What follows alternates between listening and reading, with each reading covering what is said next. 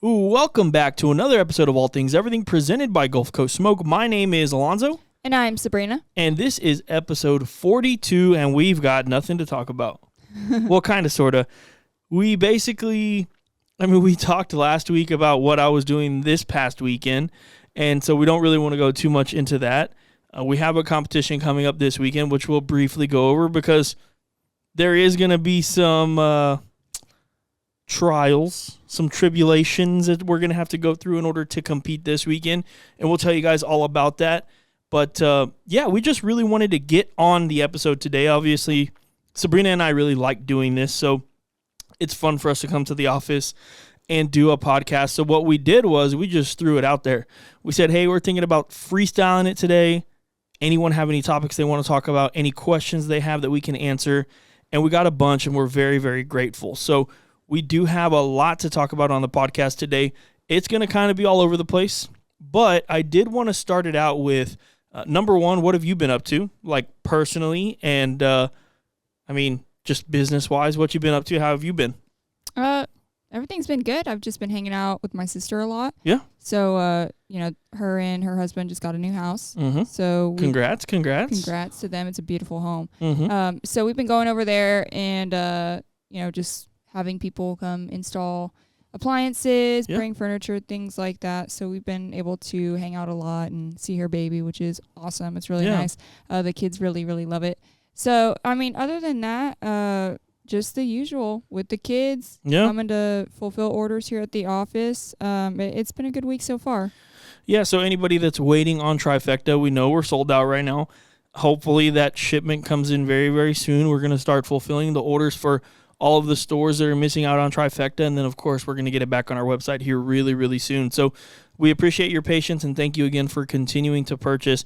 Even though we have Trifecta sold out, we've got plenty of orders going out every single day, and we're just very, very grateful. So one of the things that I wanted to bring up today was we've been watching a lot of anime. Yeah. A lot of anime. And anybody that doesn't know, I grew up, Sabrina did too, in the era of Dragon Ball Z, and just really, really grew up watching like Vegeta, Goku, Trunks, Piccolo, a lot of different people, a lot of different characters on that anime. And that was really kind of where it started for me. Technically like Family Guy, South Park, like these are also animes.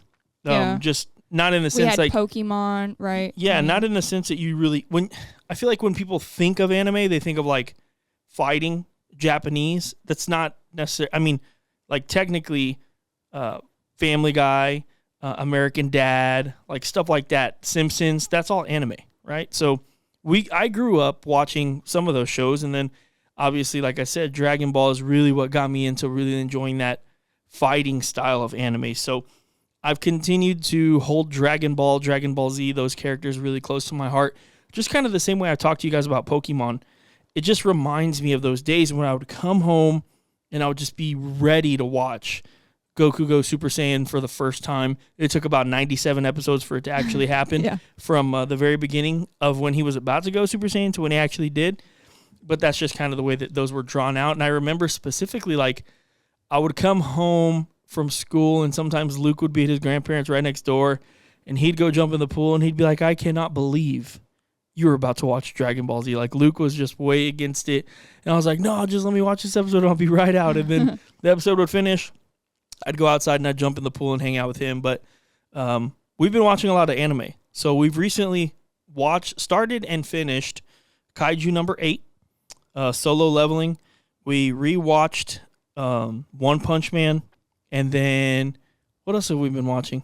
Of course, Demon Slayer is something that we recently... Wisteria, Wand and Sword, which is pretty... That's an ongoing one. Yeah, Wisteria, Wand and Sword. And I'm just kind of curious, anybody that's listening out there, are you guys into anime? If you are into anime, what's your favorite anime? What are you watching right now? So out of the ones that we've been watching lately, which one are you enjoying the most, do you think? That's a tough one. They're all good in their own way. Really, really good. Solo Leveling is really good.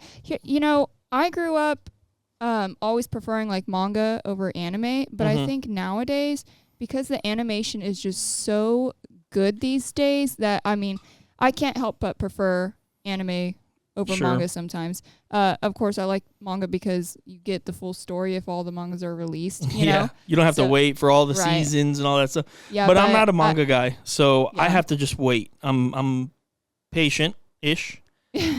Sometimes I'll spoil it for myself if I can't wait long enough. Right. But I mean, like, there was so many Facebook groups and stuff I was in for Demon Slayer that I know what's going to happen, and you read the manga, so you already know what's going to happen, but we're just waiting for it to be in theater or out on Crunchyroll or whatever we watch it on. Yeah. And we're just really excited about that. But, so, I mean, nothing, like, sticks out to you that you're like, oh, I actually really like One Punch Man. One Punch Man's amazing. Yeah, I think Solo Leveling is really good. I love, like, the video game aspect that it has. Mm-hmm. But you just can't help but like Saitama. I mean, he's just the strongest. The strongest ever. I mean, nothing phases him. Nothing even messes with him. He's bored because that's how he's so strong that he's bored. Yeah. And it's just really cool to watch One Punch Man. I mean, we have One Punch Man posters at the house, and we do like it even from season 1. Season 2 is obviously over now, and then season 3 is coming in October. So just kind of something I wanted to bring up for a little bit so you guys know that's what we've been kind of enjoying in our off time at the house. Yeah. Another thing is I did play in that golf tournament this past weekend. I played with my good friend Dylan, and man, first and foremost, just thank you to Dylan for calling me and asking me to play in that tournament with him. I think the second that he called me and I told you about it, like I started taking golf a little more seriously, and it really did bring out a competitive side of me that I haven't gotten for a few months because we haven't been competing in barbecue. But it was just such a great feeling to go out there and play with him. And I truly, truly, truly had a blast. And we ended up taking second place, which I am very happy with. We got our butts kicked bad by these college kids. I don't remember their names. I don't know where they went to college, but they tore it up. So it was a low ball tournament. So if you guys don't know what low ball means, that means that you have to play your ball all the way out. So basically, it was select drive, low ball. So me and Dylan both hit a drive. Whoever's was better, we decided we're going to pick that one. And then from that location, you play the ball all the way out. Meaning, let's just say it's a par 4, for example. I hit my second shot. He hits his second shot. And then we both go to each of our shots, and then we start putting. And so if I make a birdie and he makes a par, we can take the birdie. Mm-hmm. But you have to play it all the way out. You have to put the ball all the way out. There's no gimmies. There's no pickups. There's no anything like that, which I love because it's true. It's a true round of golf. That's the best way to play it. No gimmies. No picking anything up. Nothing inside the leather. Nothing. So we played pretty good. On day 1, we shot 71, which is 1 under par, and it was a difficult day. I mean, the best round, well, those kids shot 11 under, and I say kids, they were just young. They were young men. I'm not trying to disrespect them. The young men shot 11 under, which they kicked everyone's butts, and then besides that, everyone was at either 1 or 2 under. Yeah. So we were right there in the mix, and we were like, okay, I think we instantly kind of knew, okay, we're playing for second place. That's okay. Let's put a good round of golf in the next day, and we'll see what we can do. So the next day we ended up shooting 5 under, and we ended up going into a playoff to win second place, and we won it on the first playoff hole. And it was just everything from the round to the pressure of trying to make a 6-footer for par. It was just such a great feeling. You're shaking your body. You almost can't control it, but you can control it, if that makes any sense. The nerves I get from golf are extreme. I mean, there is no nerves in barbecue, right? You're just cooking. And then your nerves really come whenever awards start. Yeah. And the nerves, for me at least, don't start coming until you feel like, oh, snap, we got a chance. Right. So it's different. But at that time, everything's already done. Everything's out of your hands. You have no control over it anymore. The judges are doing what they're doing. The scores are what they are. And then you live with the results. With golf, you have to make that putt. You feel the pressure. You feel your hands shaking, and then you still have to make the putt. Yeah. Or you still have to stroke it. It's just like, oh, man, the feeling is almost like it's addicting, right? It's weird. It's like so hard, but at the same time, you love it so much. So I made a few really good putts that helped out the team, and I'll be flat out honest. Dylan, out of the two of us, is the better player ever since high school. Well, ever since he started playing, he has taken no hiatus. He has continued to golf, and he golfs at a high level. Dylan has always been one of the best golfers I've known anyway. So I had a great, great, great partner. He's the better golfer of the two of us. I have no problem admitting that. Dylan was always one of the best he was one of the best in the state at one point. So I'm a good golfer. Well, I don't want to say it like that, but I play well as well. I play well too. But Dylan he's a stick for sure. But anyway, we got our butts kicked by those two kids. We won a playoff hole. We got second place. We won some money in the Calcutta. Came home, went to GameStop, took the kids to GameStop, got to treat them a little bit, which is something we really enjoy doing. And then, man, it's just been a week of work since then, so it was really cool. I'm very excited about the next golf tournament, so we'll see if we can't get another one in this year, maybe. Even if it's a 4-man best ball or something, they're fun. They're just fun to be at. So, yeah, but that's really the only two things that I wanted to bring up before we started getting into questions. Did you have anything else? Because there's a lot of stuff we could talk about today with these questions.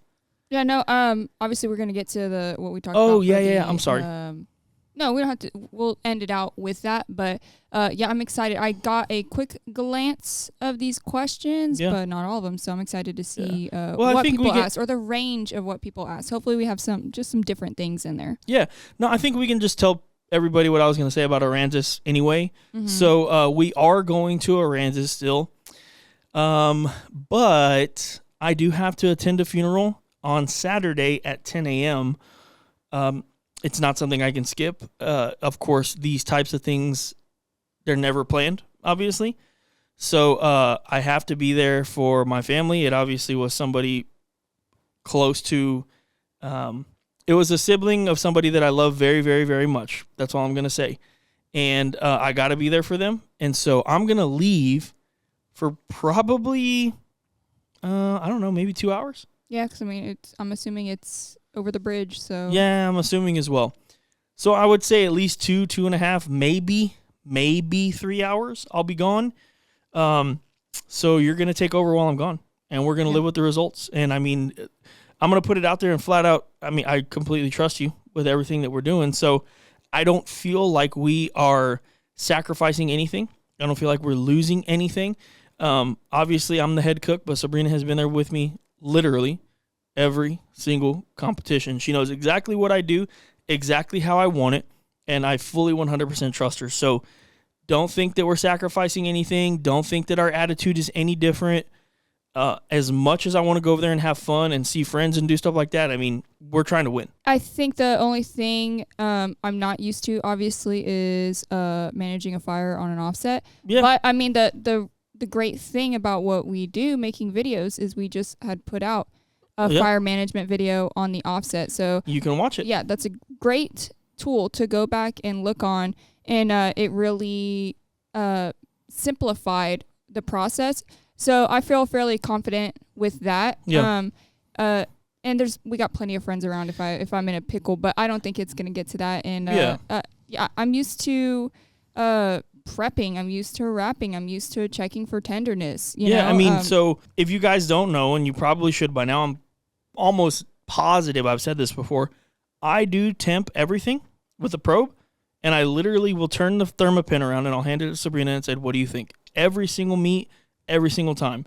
And the reason that we do that is so we both understand what we're looking for. Right. And it's literally for situations like this. Yeah. Right? There was a time also when I had to leave at the end of a competition because of another, we thought someone that we loved very much was going to pass. I had to leave. And so I came back. You finished up brisket all by yourself, and we ended up hitting a second place brisket. Mm-hmm. So, I mean, again, I fully trust Sabrina. There's nothing in my brain that's like, oh man, I don't think we have a shot anymore. That's not true. I genuinely think we have the same exact odds, whether Sabrina's cooking, whether I'm cooking, whether we're doing it together, which we're going to this weekend. And everybody should know already that we do this together anyway. Even though I'm the one that puts the fire on the wood or whatever, like, we do this together. So the odds are still higher with you cooking, but nah, we're gonna be just fine. We're confident. We're gonna be just fine. And at the end of the day, the thing that I'm taking away from this, and this is truly what I'm taking away from this, is that when you want to do something in life, figure out a way. Because we really, so in the earlier today, I was like, man, I think we just got to skip the tournament. We got to skip the event. I mean, I got to be there. I mean, how can I not go to this funeral? I mean, I absolutely have to be there 100%. And I think we both knew that.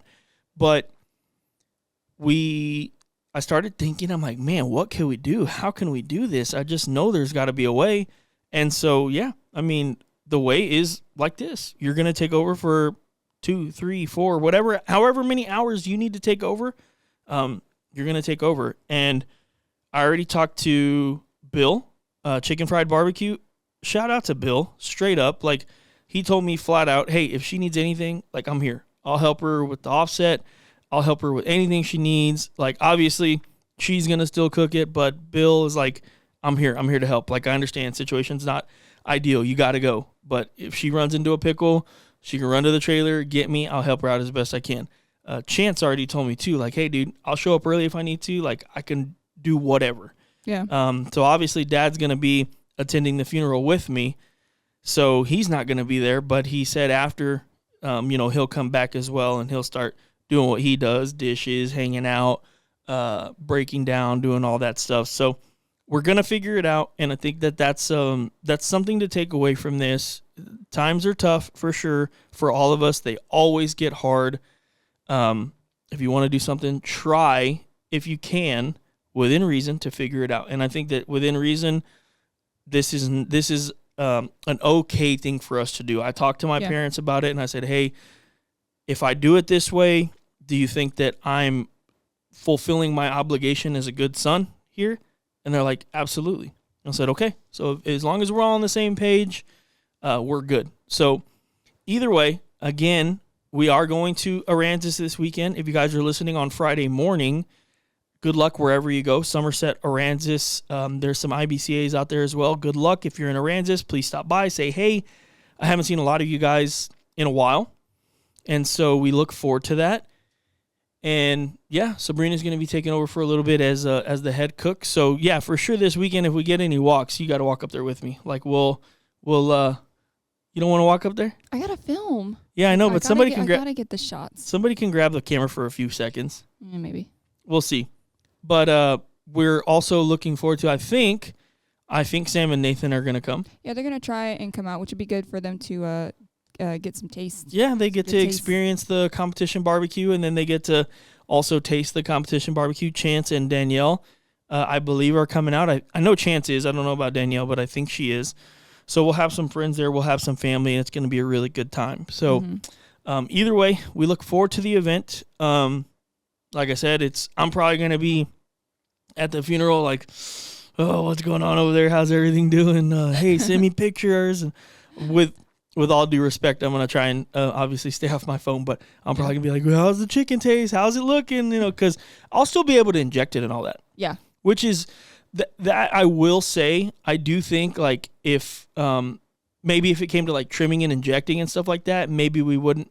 I don't want to say we would lose an advantage, but like you haven't done that. But injecting for sure. Yeah, you haven't done that too much. Yeah. And I definitely feel like that would be something like maybe you wouldn't. It's not that you wouldn't know exactly how I do it. It's just because like injecting is something that like you just have to do it so many times. Injecting is one of those things where you don't specifically for chicken as well. And money muscles. You don't just stab the thing and start shooting, right? You need to pay attention to which muscles, where you're actually putting that needle. Yeah. Those things matter, and that's something that you're very familiar with and you're used to, when you're holding the meat. And injecting, you can feel the injection going into those spots, right? So that's something you're familiar with. I've only done it a couple times, and I even know when I'm doing it, like, no, this isn't right. Yeah. So, yeah, I definitely agree that we would be at a slight disadvantage if it was just strictly up to me injecting things. But, either way, we're doing it as, what's the word I'm looking for? As team. Efficient. Yeah, I mean team, but we're going to do this as efficiently as we possibly can. And we feel very, very good and confident, and we are going to live with the results. And there is no excuse. No, oh, I had to leave, so that's why we didn't. No, there's none of that. Everything we do together anyway. We're going to completely live with the results. Everything is going to turn out just fine, and it's going to be exactly the way it needs to be. The situation this weekend is less than ideal, but again, we don't plan for these things. We just have to adapt and overcome. Right. That being said, we'll move on to the list of questions that we have. And the first one will be from Brandon Perryman, and he asks, how's the Outlaw working? So, I mean, I'll just jump in real quick and answer that. I mean, it's working amazingly. Yeah. It is such an efficient and beautiful smoker. I have had zero issues, even down to the very first cook, where I felt like, oh, this is a problem, or, oh, this isn't working the way I thought it was going to work, or anything. So I can genuinely say that is such an amazing, beautiful smoker, and I don't know what to say. I love it. I absolutely love it. I have zero complaints with it, and yeah, we'll see how it does this weekend when it comes to competition. I'm very, very confident in it because all the food that we've gotten off of it is absolutely spectacular. Right. But I love it. I mean, what do you think about it? Yeah, I mean, I think one of the reasons I'm not too worried this weekend is because it's efficient, it's simple to use, and yeah, I have been watching you cook on it, and everything has turned out amazing. Mm-hmm. So yeah, I'm confident in the smoker, and that's giving us confidence as well going into a competition for sure. For sure. And Chance Vernon asks, best freestyle of all time. Best freestyle of all time. So there is a freestyle by Wiz Khalifa that I love, and it starts off, if I'm not mistaken, life's good, so I'm feeling great. Call me out of town, shawty, every week a different state, 3 cell phones. Anyway, and that's probably my favorite freestyle of all time. I think it's called, hold on, let me pull up YouTube real quick. Wiz Khalifa freestyle. And that is ATL Freestyle. So Wiz Khalifa, ATL Freestyle, is my favorite freestyle of all time. We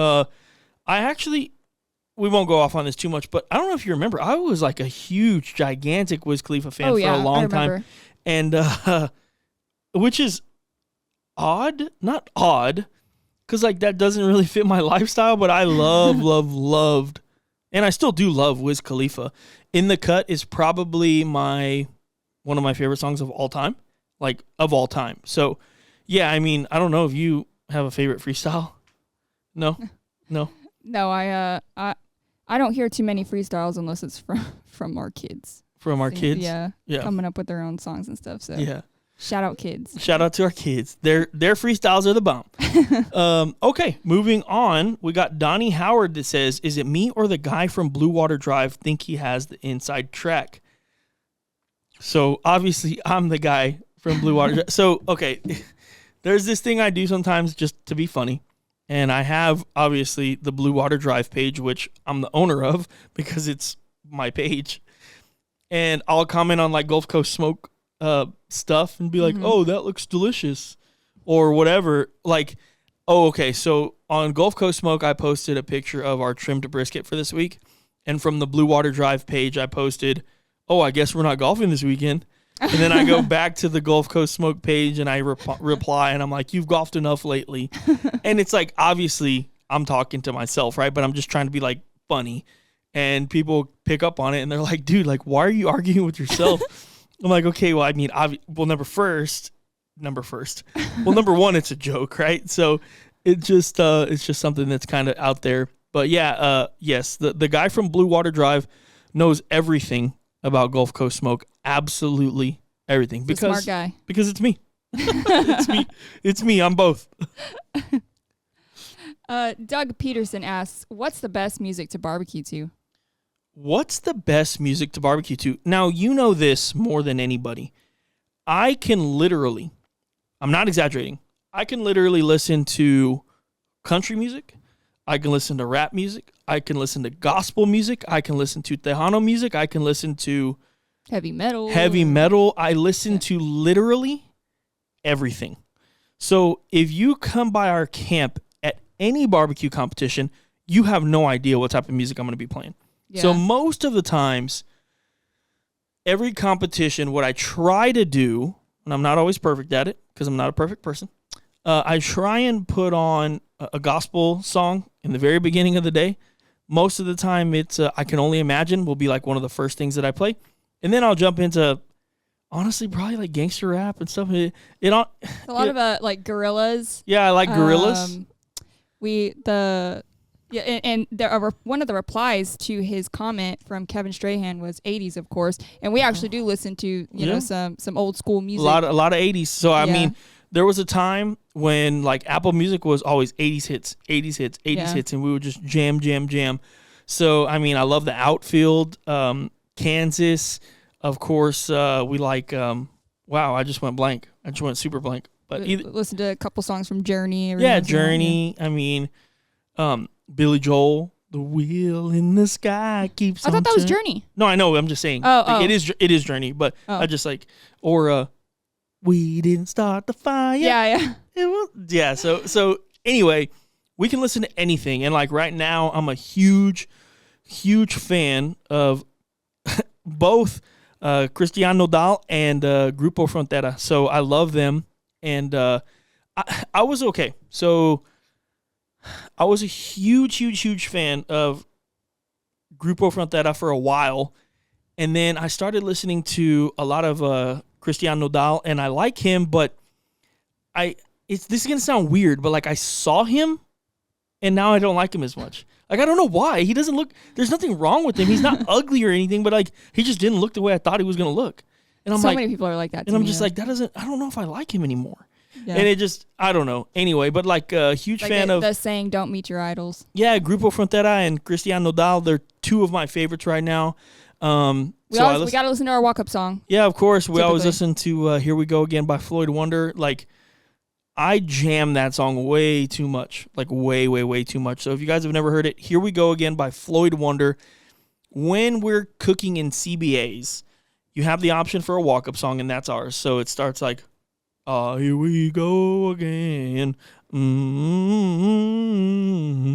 Dude, that literally gives me the chills, dude. I'm like hoping we hear that song this weekend. Because it's been like 5 months. Oh, yeah. Obviously, we know how to cook still, but like competition barbecue is different. And that's the thing, man. It's different. It's real different. But anyway, I hope we hear it at least one time this weekend. But I love that song, especially in that context.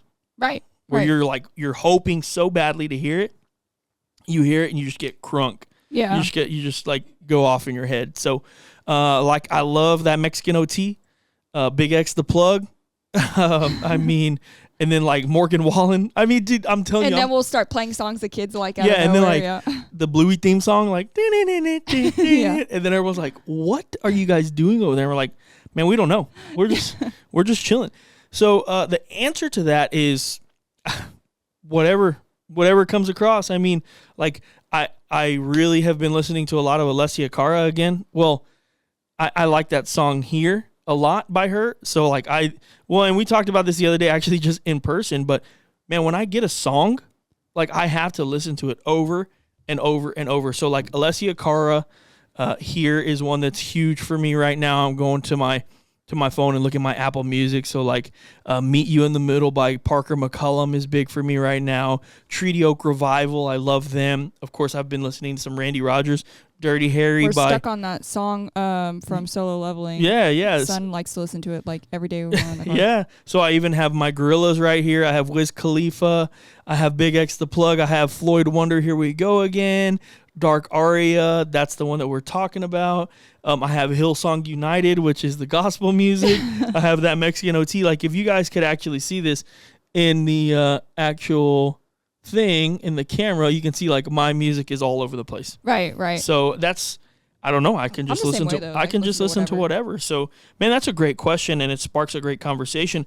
What is the best music for you guys to listen to when you're barbecuing or you have a barbecue competition? Let us know in the comments down below. Are you as versatile as us, or do you prefer to stick to one genre, or what? All right, next question comes from Sean Trainer. Any barbecue superstitions?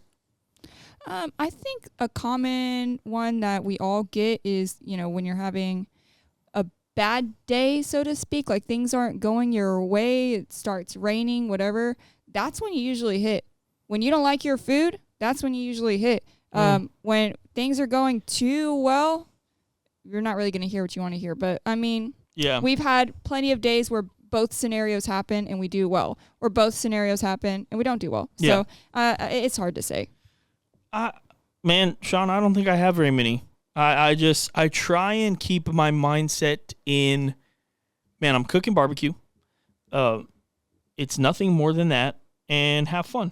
Right. And that's not to dumb it down and say that this doesn't matter. We're trying to build our lifestyle around this, right? It obviously matters to us. But I just try and remind myself, like, even in that context, that, like, man, we want to do this for a reason because it's fun. Because we enjoy cooking. Because we love trying to make people happy with food.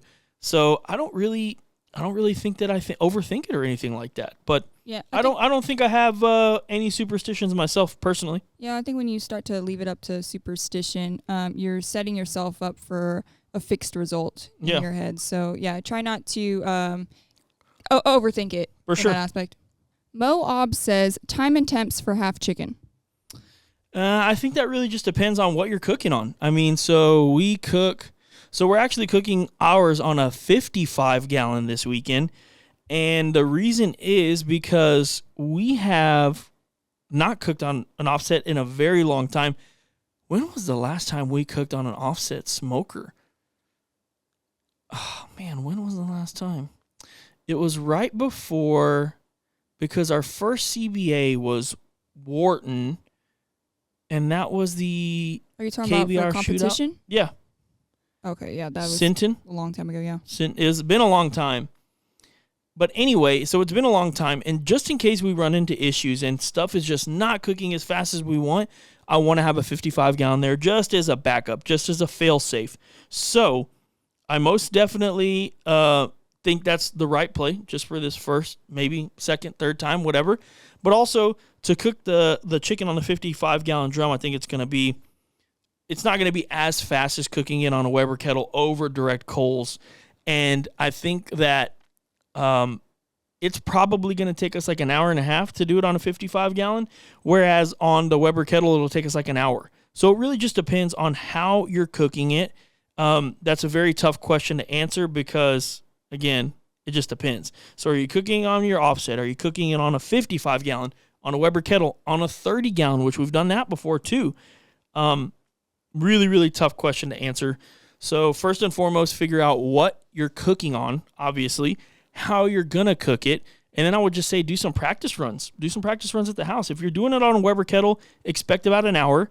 If you're doing it on a 55-gallon, I would say maybe an hour and a half. A 30-gallon, maybe, I don't know, hour 15, something like that. An offset, I got no idea. I haven't cooked a half chicken on an offset like that. So just 100% be aware of what you're cooking with and kind of go from there. I think that's a pretty tough question to answer, unfortunately. Yeah, I mean, everybody cooks it differently most of the time. Yeah, I mean, even if you're both cooking on, like, if you're cooking it on a drum and let's say Raul's cooking it on a drum. Yeah. I mean, y'all are both cooking it different ways. Before we go any further, shout out to Raul, actually. Raul this past weekend won the Sinton Fiddlers Fest Grand Champion. Also, shout out to Zach Smith. He reserved it. So 2 members of Team GCS Reserve and Grand Champion. Shout out to Raul and Zach. We are very, very proud of you. And we're very grateful that you guys continue to run our products out of there on the competition circuit. We love you guys. Appreciate y'all. But yes, I'm sorry. Go ahead. What were you saying? No, that was it. I mean, even if you're cooking on the same smoker, sure. Everybody cooks it differently and to different temps. I don't know if you're asking what temp to cook it or temp for doneness, but both. I mean, everybody's got a different way to do all 4 meats. So it's really hard to say. And yeah, we do cook on, 3 different things for chicken. We'll cook on an offset. We'll cook on a drum. We'll cook on a Weber. Sometimes we just change our mind like that. Yeah. And each one cooks it a little bit different. Yeah. But yeah, I mean, I think it's one of those things where the smaller the device, the faster it's going to cook. Like the Weber kettle is going to cook the fastest. Then you get a little bit bigger to a drum, it's going to take a little longer. You get to the offset, it's probably going to take a little longer then. For sure. Yeah, and then the other thing to also note is you're asking time and temps. So like Sabrina said, temps are definitely going to vary between the person. But I will say this as a pro tip or a GCS tip, I don't know, or no pros. When you're injecting your breast, your chicken breast, you can definitely take it to a higher temp because you want to make sure you're breaking down those fibers in the chicken, rendering all the fat under the skin.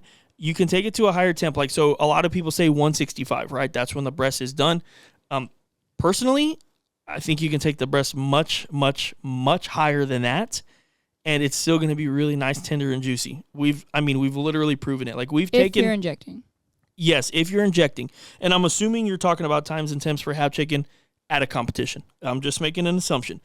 But if you're injecting, we've taken breasts to like 185, 190, and they're still tender and juicy when you inject it.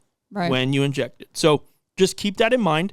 I'm not telling you guys that there's a certain target temp or anything like that, but just keep that in mind for sure.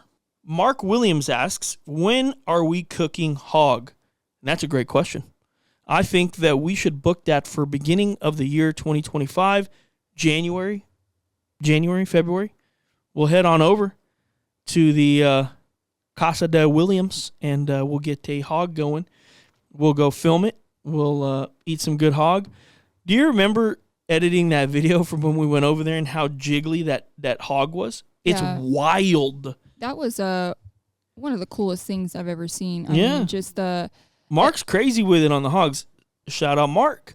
He actually won whole hog this past weekend, and just dude's an amazing off the chain cook. But yeah, I say we booked that for early January 2025. Yeah, that'd be perfect. Mark, let me know if you're in for that. Hit up the flip phone, and we'll get that scheduled. Brian Fox says, how you can have more than just Rini Gonzalez as your best friend? How? Everyone's my best friend. I love everybody the same. Everybody equally. I love Raul. I love Kevin. I love Bill. I love Phil. I love Carl. I love everybody. I love you. I love the kids. All of you guys are my best friends. I don't have Rini by me, but what? What did I just say? Rini might be my barbecue homie. He might be the guy that I call and say, hey, where are we going this weekend? But I also still call Bill. I also still call Raul. I also still call Kevin. I call Bobby. Bobby's the homie as well. I mean, man, I got so many friends. Brian, you're my best friend too, brother. Don't think you're not. Appreciate y'all. You're like Penelope. So the girls yesterday in hip hop got asked, who's your favorite person? Yeah. And Penelope's, I can't choose a favorite. I don't have a favorite. Yeah. Right? And Piper's like, heck no, mine's Baby Mason. There you go. Like, she does not care if she's going to hurt your feelings. She's going to tell you who she likes the most. Yeah, Piper's always on one. She's a little different, but we love her obviously very much. All right, Raul Villanueva says, what were your favorite gaming channels or YouTubers growing up? What got you into gaming, and is there anywhere we can find some of your early gaming footage? Wow. YouTube wasn't really a thing when we were growing up. So I don't think any of us had, channels that we liked growing up. Yeah. But I know you have some now as an adult.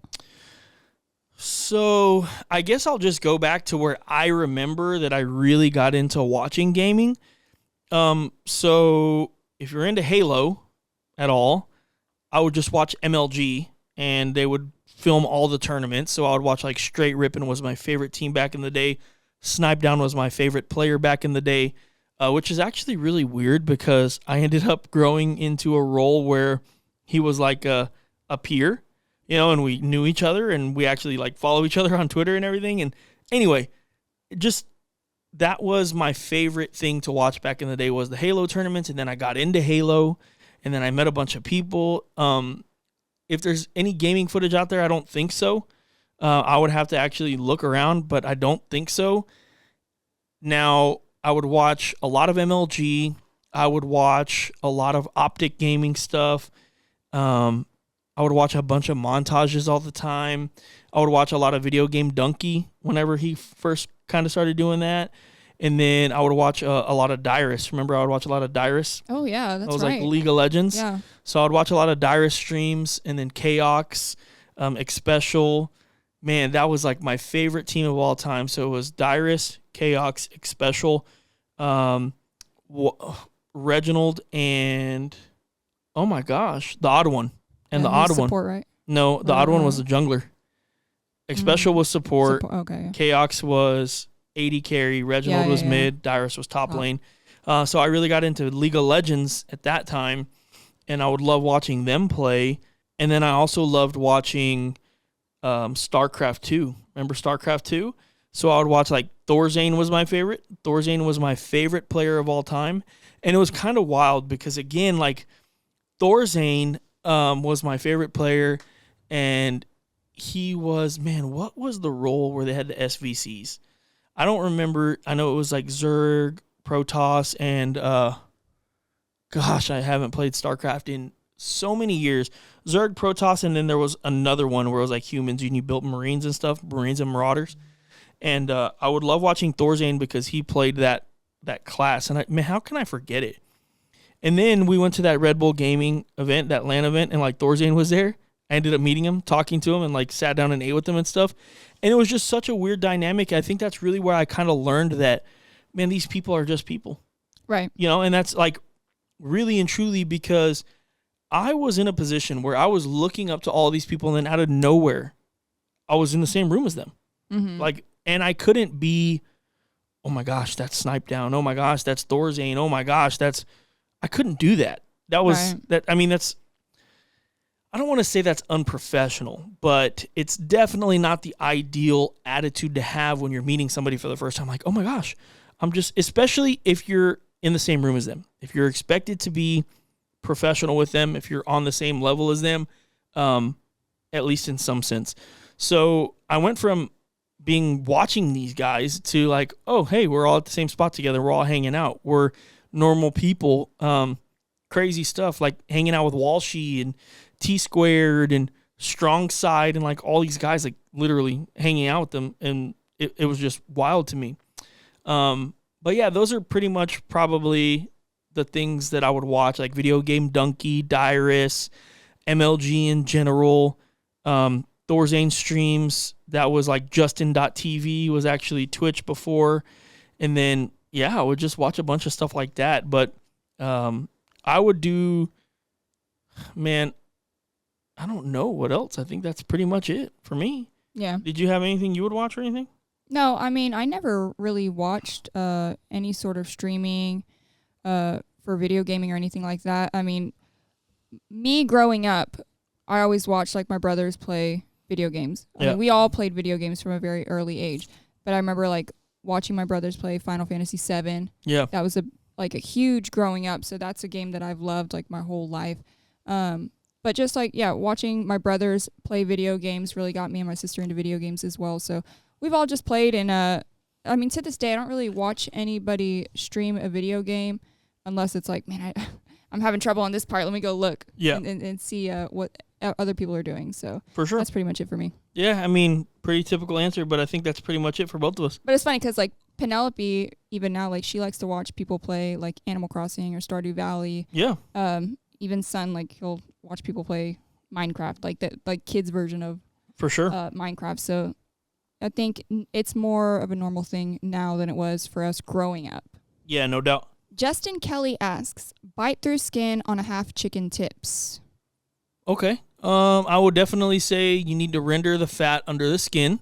So that's kind of where I was talking about earlier. You can push that chicken a little bit further than you'd think. Ways you can do that is obviously cooking pretty hot. Just be very careful. You can also pan your chicken if you'd like. Basically, you wrap it in a foil pan to where the skin doesn't touch the top foil. And it's going to help break down everything, and it's going to help render that fat. You have to be careful, though, because if you're cooking too hot, you'll bust the skins. Right. So, I mean, I think that I don't want to say there's not much to it. It's obviously not easy, but those would be my biggest tips for sure. I think also when you are trimming your chicken, lift up that skin. A lot of the times there's some big chunks of fat under there. You want to get those out. Because those, I mean, if you're cooking a chicken pretty hot and fast, that might not have time to render, right? You could definitely maybe consider flipping your bird. Consider doing some tiger stripes. Mm-hmm. That's going to help make more of a bite through skin, I guess. Mm-hmm. You could possibly scrape the skin. That would just be kind of hard to do on a half chicken. Yeah. I'm sure someone's probably got a method out there. But I think just to simplify it, lift up that skin, try and get all that fat out, and then try and cook it in a way that's going to help render that skin, For the sure. fat under the skin. Yeah, good tips for sure. Johnny Jr. asks next, how much a typical competition weekend costs? Man, that's it's pricey. I'm gonna be straight up with you. Okay, let me pull out my calculator real quick and let me see if I can't give you a roundabout number. Okay, so I'll give you an example. This week I did buy a brisket. It was $155. Okay, plus $225 entry fee. Already we're at $380. We got $90 for our pork, $470, and then we also got ribs, which are around $15 a pack. So let's say 45, let's round up to 50. And then we got 2 chickens, which are around what, like $15 a piece? Probably. So plus 30. So that's already $550. And we haven't spent any gas and we haven't bought any products. So obviously we use our own seasonings, but it is a pretty pricey thing to do. So if you're going to be spending gas or diesel, obviously if you're pulling a trailer, it's going to cost more. You know, you might want to throw a couple $100 on top of that. And then if you're traveling, throw some food costs on that, which is going to be, even if you're picking up Whataburger these days, man, like it's $70 for our family to eat Whataburger. Well, maybe not that much. Actually, Whataburger is the most inexpensive one for us. Well, let's just say 50. Right. So $50, I mean, that's already at $600, couple of $100 of gas. That's $800. I mean, if you have to buy products, that's $850, $875. Injections. We buy those little foldable pieces of grill mats or grill toppers. We buy chicken broth, beef broth, barbecue sauce, all sorts of stuff. So, I mean, honestly, all said and done, you're probably at least looking at a $750 a weekend. Yeah. At least. And that's probably also being pretty generous. Yeah. So if you're going to get into this, and I've said this before, I most definitely 100% think that you should jump in front and take a class. Seriously. And I'll say this about a few classes that I think are 100 million% worth the money. Number 1, LC barbecues. And number 2, chicken fried barbecues on Barbecue Champs Academy. So LC's is in person. Barbecue Champs Academy, you can obviously go online and you can watch Bill's videos. If you take either of those classes, you are going to skip ahead from any new cook instantly. And you're going to learn so much from watching them. And you can be as prideful as you want. That's fine. But I definitely think it's worth taking one of these classes. Now, the thing that I have done is I've taken classes before, and then we've incorporated our products into it, and we've over time learned, hey, we think we like to do it better this way or that way or whatever way, and we've kind of tweaked things a little bit here and there. But at the base of the way that we cook, truthfully, it comes from Phil and Bill and Kevin and Mark Williams and people helping us out and giving us ideas. And it's just something that I don't like. I've changed my mindset on this a lot recently. And it's basically that if you do want to do something in life, don't be afraid to ask questions to people that have already been there before. So like recently, I had some people reach out to me and ask me about co-packing. Hey, what co-packer? What questions do I need to ask? I'm like, hey, man, I'll help you as much as I can. I'll give you the phone number to the co-packer I use. It doesn't matter to me. I'm here to help. Ask questions to the people that already have been through exactly what you're about to go through. So Phil and Bill have been through it all. They're two of the baddest dudes in the States, probably in the world when it comes to competition barbecue. Just two bad dudes. If you're ever interested in taking competition classes, you need to start there. You need to start with these guys. And I definitely think that You're going to learn a lot. Kevin Hernandez, My Pits Are Burning, put on a class too. His is great. He has given me so much great information over the years. You got Smoking Los has given classes. Any of these guys where you can go and learn, they are getting GCs. They're getting walks. It's going to help you out a bunch. So either way, it does cost a lot of money to do competition barbecue. It does. I'm not going to sit here and lie to you. But if it's something that you want to do, man, just be ready to spend the money. And hopefully, I'm hoping anybody that gets into it out there, man, you win some of your money back every single weekend. I'll tell you this much. It's impossible for all of us to do it. That's just how it goes. Right. But I wish you all the best of luck and have fun with it. Just have fun with it. When Sabrina and I have more fun, we do better. Mm-hmm. Whenever I'm like, oh my gosh, this is not right, or my smoker's this and this is that, and I notice we do worse, for sure. So have fun with it. Don't overthink it. Again, we are cooking barbecue. Verl Green asks, how to hit a driver 300 yards consistently. Man, I'll tell you what, Verl. I'm definitely the wrong person to ask that because I do not hit my driver 300 consistently. I can, and I have, and I will, and I did this past weekend.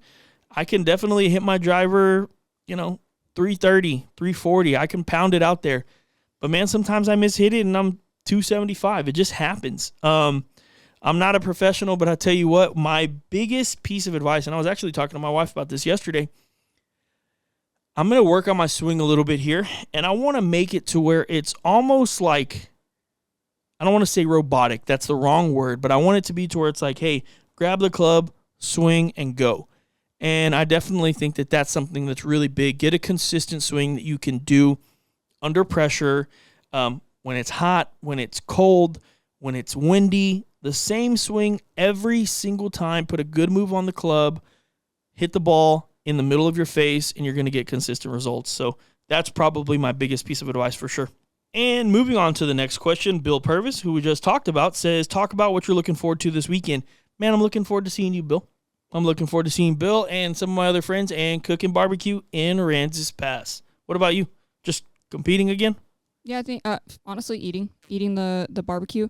And yeah, seeing everybody. It's been a long time. And even though I'm not much of a talker to anyone, but I love seeing the environment of, all the cooks together and having a good time and just, sharing stories, sharing information about their cooks, things like that. So I think that's a really, really cool part about it.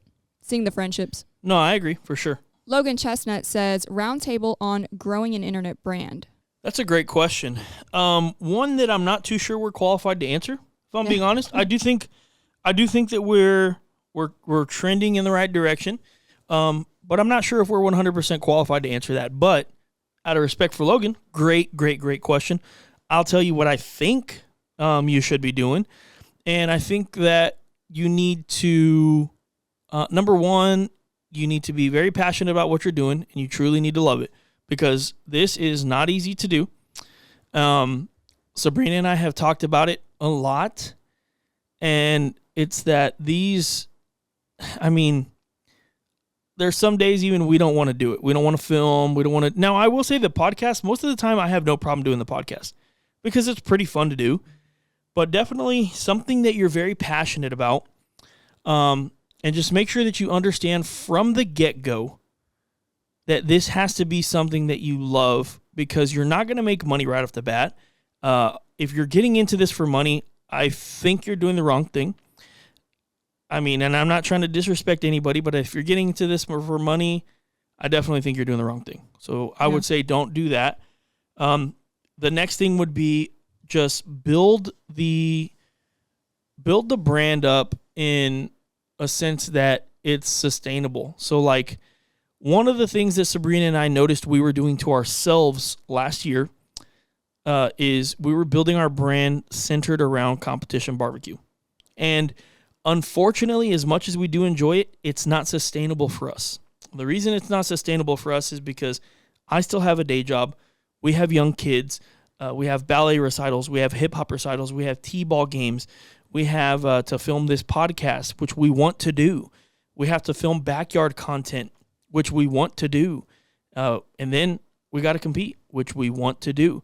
But we were so focused on every single weekend going to a competition that it was overtaking our whole brand, right? Which it's okay if it was sustainable, but it's not sustainable for us at this time.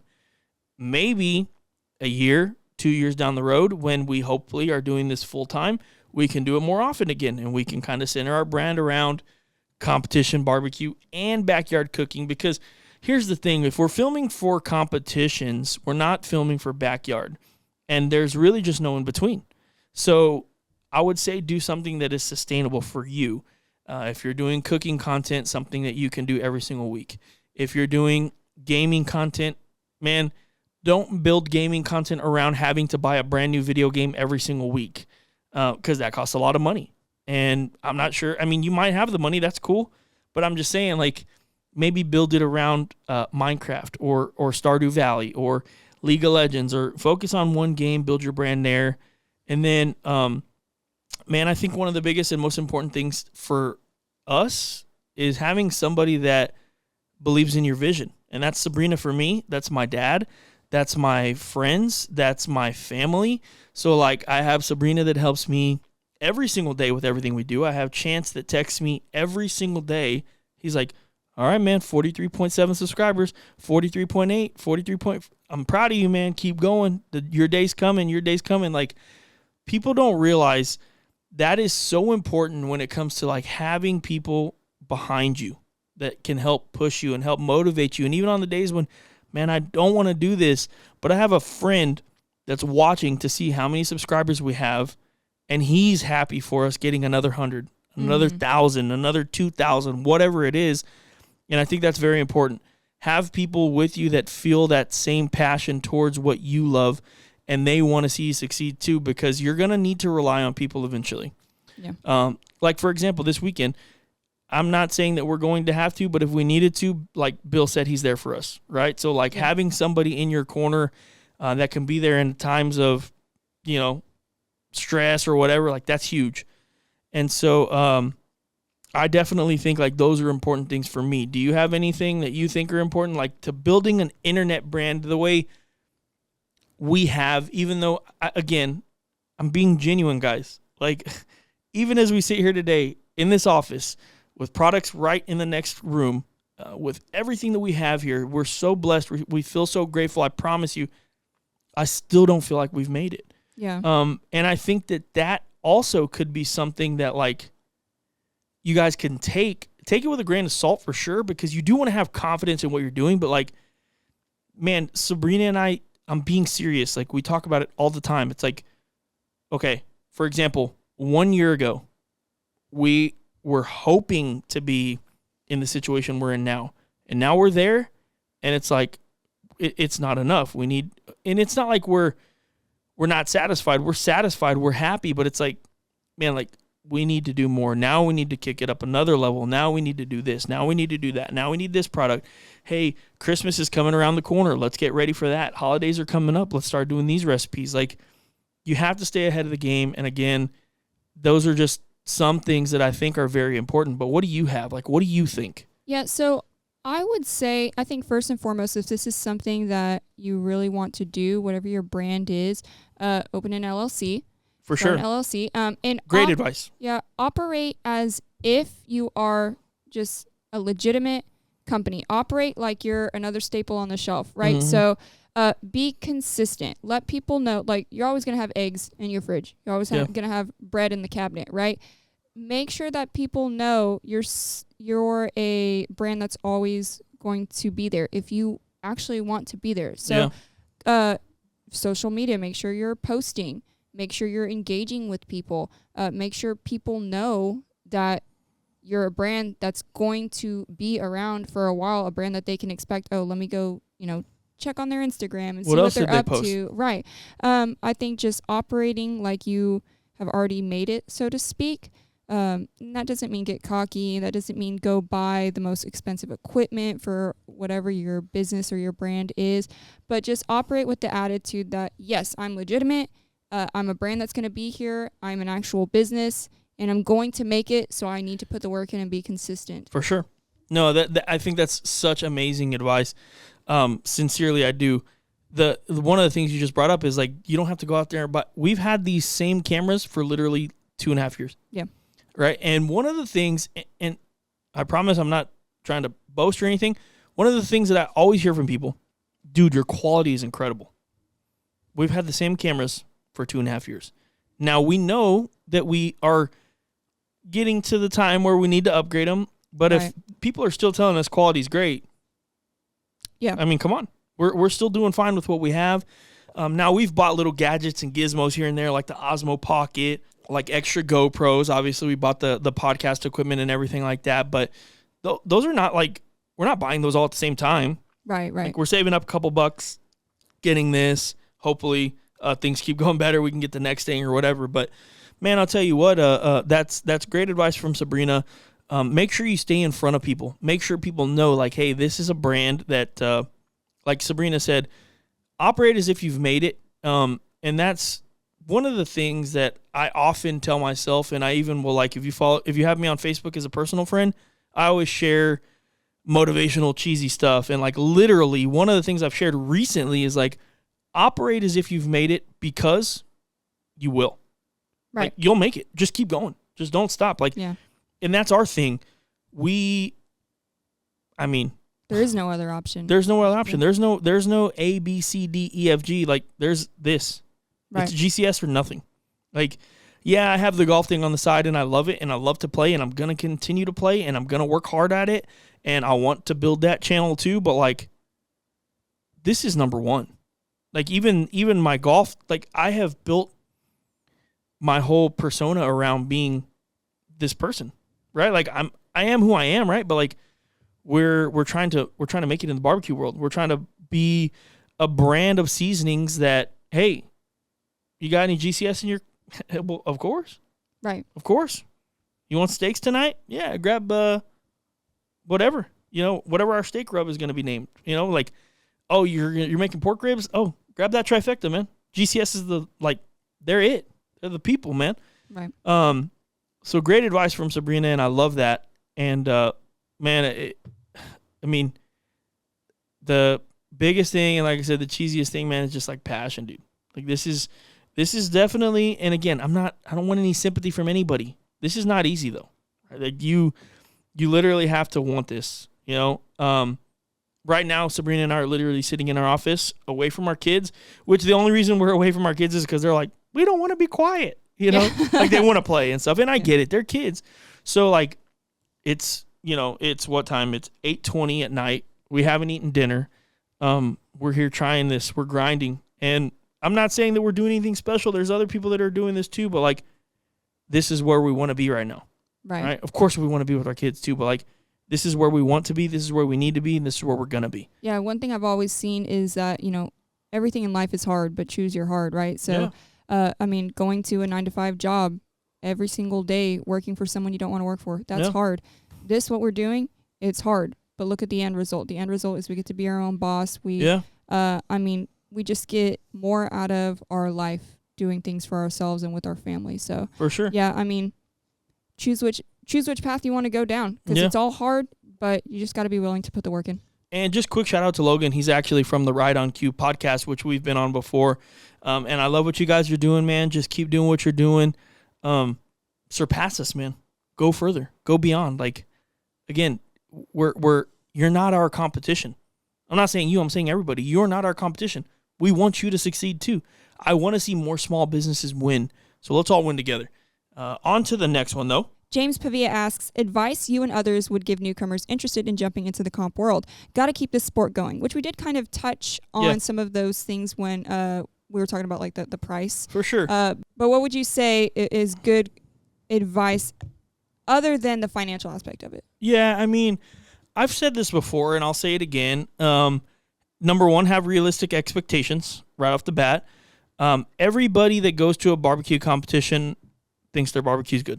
Mm. And the chances are that you and everybody else does cook a good barbecue. It's not easy to win. It's not easy to walk all the time. You've just got to be consistent, have realistic expectations, write down what you do and where you do it, right? So you can have notes to look back on. Like, for example, we know what we did last year in Aransas Pass. We're going to try it again. We're going Right. to give it the old college try. Same recipes, same, well, it's not going to be exactly the same because we're not using drums, but like we're using same recipes. We're using pretty similar methods. And, yeah, we're going to try our best. But I would say that's a big thing is have realistic expectations, keep notes, and don't be afraid to talk to people at the barbecue competitions. Ask for help. Hey, how do you do this? How do you walk there? Did you notice that your ribs were softer? Just ask questions. Ask whatever questions you think you need to ask in order for you to be successful. A lot of these people at barbecue competitions, they're not going to bite your head off. Now, granted, you can't go up to someone for the very first time and be like, hey, what's your brisket recipe? Yeah. Don't do that, but just be like, Yeah. hey, I'm a new cook. I've never cooked before. Do you have any tips that you could give me that could maybe help me get closer to walking next event? Or, hey, try my rib. Yeah. Tell me what you honestly think. I think that's the biggest thing is don't be afraid to take criticism. Yeah, it's definitely okay. That's the one. Constructive criticism. Well, yeah, that's the thing that I will say. It's very hard. But if you ask somebody, hey, what do you think of my food? Expect a real answer, especially from people in barbecue. They will give you a real answer. I've had it before where people give me their food and I'm like, man, do you want me to be honest with you or what do you want? Because the honest answer is, man, this is maybe not very good, or it's not tender enough, or it's not this, or it's not that. But I will tell you also, like, I'm also the kind of guy where I don't really like to try people's food. The reason is, dude, you feel so ugly at the end. Right. Because we're eating our own chicken, trying to see if we need to make adjustments, then our ribs, then our pork, then our brisket, and you're just eating meat. Yeah. And then if people want you to try, it's like, dude, I don't even want to. Yeah. Seriously, like, and it's nothing Yeah. against any. Like this weekend in Aransas, I ain't trying nothing from anybody. Yeah. Because I just don't. I feel ugly, and then like you just, I don't know. You've had that where you're just eating meat all day, Right. and it's like, oh, you feel ugly. So that's one thing I don't. Now, if you come up to me and you're like, hey man, I'm new, I'm looking for advice, gladly. But like a lot of the times, what people in barbecue will do is they'll bite, chew, and then they'll spit it out. Like, because they don't want to eat it either. Everyone's eating so much meat, and it's not a disrespect thing. It's just like oh yeah, okay, I see what you did here. But yeah, don't be afraid to take constructive criticism, and don't be afraid to ask. Yeah. And just before we go any further, I do want to say we are already past the 1 hour mark on the episode. We're going to keep going with a couple more questions, but if we didn't get to yours today, we'll get to it next week, okay? So I'm going to go to Uwe Braun, and he says, open up the can of worms and talk about, should participating cook-off teams be allowed to send family members and friends to judge? So that's something that's kind of been going around recently, to where people are going to events. For example, me and Sabrina go to an event. We bring your whole family, and then they go judge. And what's happening is we're seeing a lot of low scores in the judging table. What sometimes will happen is the family and friends will give low scores on purpose to try and mess teams up. So where they can't win, and then their friend can win. And it does happen. It's called, it does happen. And do I think that it should be allowed? Personally, flat out, I don't think that should be allowed at all. I do not think there should ever be a circumstance where a family member or a friend should be able to judge. Like, you even remember, or maybe you remember, like they had asked Travis to do it that one time, Yeah, and I was like, bring that up. and I was like, dude, like, please don't do it. And he was like, well, I kind of want to. And I was like, okay, if you're gonna do it, go over there. Yeah. Like, don't even stand next to us. Don't even hang out with us. Like, I'm not trying to be ugly, but the last thing I want anyone to do is say, that guy was with him all day, and then Alonzo just won first place brisket. No, that's wrong. Right. So it's like, hey, if you're going to do that, respectfully, please get away from the tent. Get away. Don't even look at what I'm cooking. Don't taste it. Don't anything. Go over there and do your thing. I respect that you want to do it, but if you're going to do it, just stay completely away from our camp. So we talked about the money aspect of this, right? There's a lot of money that we pour into this, and then sometimes to be put in a bad spot like that, I don't think it's fair. I do not think it should be allowed in any way. That's just my opinion. I don't know who is doing it and who's not doing it. Let me put that out there. Sincerely, I don't know, but I don't think it should be allowed. Yeah, as you mentioned, that time when that happened, we specifically told them, we don't want you to see our food. You're not going to taste our food unless it's after the fact and all the judging is finished and we have some left. But yeah, we don't want that anyone to feel like that was a factor in us doing well. Yeah. Now, I do think judging is a good idea. So if it's not an event that you are participating in, you and your family members and friends go out and judge just so you can see how the judging process works, the type of food that's being turned in. So when you're at home and you're practicing with your friends and family, they kind of know what to look for.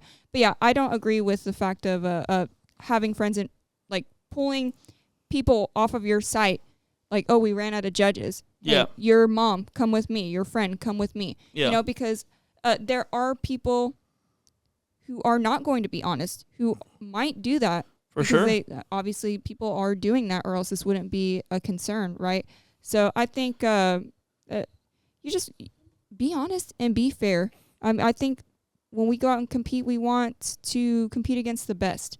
And we want to know what the honest opinion was of our food, not somebody just knocking it to be a jerk. Yeah, for sure.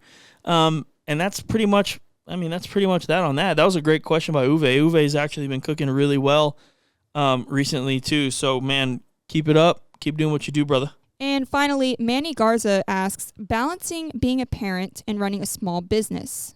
That's a good question. I'm going to let you take the forefront on that one because I've said this before. I'll say it again. I think of the two of us, I have easier. I don't know if that's maybe the wrong word, but so I go to a day job 4 days out of the week. You do not, right? That being said, you absolutely work every single day. So this business that we're podcasting for, that we're building, it's basically your baby. I mean, obviously, like, we both own it, but every single day you're doing something for this business. So am I, but like, your packaging orders, you're coming to the office, you're spending time here, you're working here. You got to do a lot of different things for our business, everything. So I'm going to let you take the forefront on that one because I still do go to my day job and it does cut me out of a lot of the things that like you do. So I still obviously have to focus on going to a day job, performing, coming home, being a dad, being a husband, being Alonzo, the Gulf Coast smoke guy. But what is that like for you? Yeah, I mean, I would start out by saying flat out, it's not easy. Mm-hmm. I think the perception from the outside, because I get a lot of compliments, right? Like, oh my gosh, why you're balancing this and this, like, you're a super lady, right? And I don't want people to think that, oh, it's just a breeze. Yeah. Like, oh, you make it look easy. It's not. Yeah. Right? But as I mentioned earlier, choose your hard, right? Mm-hmm. Because if I send the kids to school, I'm missing out. Yeah, I would have plenty of time to work on business stuff, but then I'm missing out on time with the kids, which is what we want. And granted, just to throw it out there also, like, you got to remember, these are decisions Sabrina and I have made together. So, like, right. Not everybody's homeschooling. Yeah. We are. But again, like, these are decisions Sabrina and I made together, and we are very, very happy and grounded with our decisions. Like, we love the way we do things, and we feel blessed that we can do them, right? So anyway, go ahead. Yeah, so it's just one of those things, though, like with competition.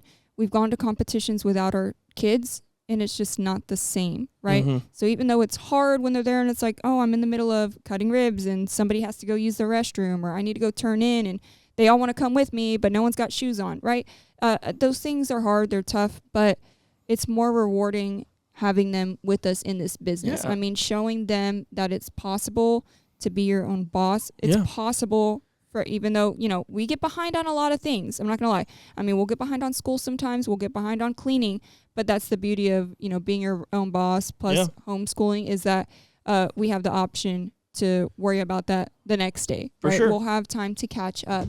But, yeah, everything is more rewarding doing it as a family and teaching them. Because, I mean, let's be real. Everybody says it. You go to school. And this isn't anything about homeschool versus public school, right? It's just that you go to school and a lot of those things that you're learning in school, you don't apply them for the rest of your life, right? So it's really cool to teach the kids some sort of business knowledge that they can take into the future, whether they do decide to get a job or they decide to be their own boss. Have some sort of inside information to teach the kids life lessons that they can apply in their future. So yeah, it's rewarding for sure. Yeah, for sure. I mean, and just from my standpoint, right? I mean, it's also hard doing a day job and then coming home and maybe you didn't have the best day at work, but like you have to put on the happy, you gotta be entertaining for the video. You still got to teach how to cook this brisket or grill these ribs or whatever. You still have to be ready for that. And some days it's hard. Some days it's really hard. I mean, you're not there. You don't feel it. But I mean, how bad do you want it, right? I mean, not trying to be cheesy, but like, how bad do you want it? So we've had this conversation so many times. You and I do all the time. Like, there was literally a time when I wanted to give up. Like, I promise you guys, this is genuine. Like, there's been times where I'm like, Sabrina, I'm done. Like, we're done. I'm done with this. And you're like, no, we're not. Like, we're not done yet. We haven't done what we wanted to do. We haven't built a life that we wanted yet. And it's like, okay, all right, well, I guess, whatever. And I'm not happy about it. And, well, it has been a long time since that happened. Let me just say that right there, right? Like, It has been a long time since that's happened. But I promise you guys, like, there's been multiple times where I tell Sabrina, like, I'm done. I don't want to do this anymore. Just over it. But Sabrina doesn't let me. That's how hard it is, right? It will push you to that limit. It'll test your limits for sure. But again, how bad do we want this? Am I really about what I say I'm about? Am I about my family? Am I about building a life where we have freedom? Am I about being my own boss? Am I about running a business where I can give other people opportunity in life that they can have a job that they love? Am I really about those things? If I am, there's no quit. Right. If I'm not, go ahead and quit. It's just like this weekend, right? Like, so we have the funeral I have to go to. Am I about family or not? Right? So I was going to skip. Honestly, I contemplated skipping. I contemplated going to the rosary and skipping the funeral. But like, am I about my family or not? I can't skip the funeral. Okay, well then it's like, am I serious about this business or not? These are literally demons I'm fighting in my head. These are things that go through my head. Like, how bad do you want it? Why are you you're looking for an excuse to skip the competition when I'm not, right? I'm like, well, I don't know what else to do. I have to skip. Like, I can't not go. Like, I got to be there for my mom, right? So I have to be there for my mom. We have to do this competition because this is what we're doing for our lives. But then it's like, man, it's just, you can go to another competition another weekend. Like, it's not that serious. No, but it is. It is that serious because we're also looking at filming a video there. Mm-hmm. And now it's like, you're going to have to film by yourself, which is going to be hard, but like, how bad do we want it, right? So we found a resolution. Even though it's not exactly what we wanted to do, all right, I'm going to leave for a little bit. You're going to cook by yourself for a little bit, and then I'm going to come back, and again, we're going to live with the results. And we're going to film the whole thing. We're going to be completely open and honest with you guys about how we're doing things and live with the results. But it's definitely a struggle. If you guys are going to do this or anything, you're going to be pushed to your limits for sure. If you're going to try and start a small business or a family-owned business and work with your wife, I mean, it's not easy. Yeah. I mean, we literally are married, and then we work together, and then we have to raise kids together, and it's like we don't agree on everything. Right. Like, we're two different people.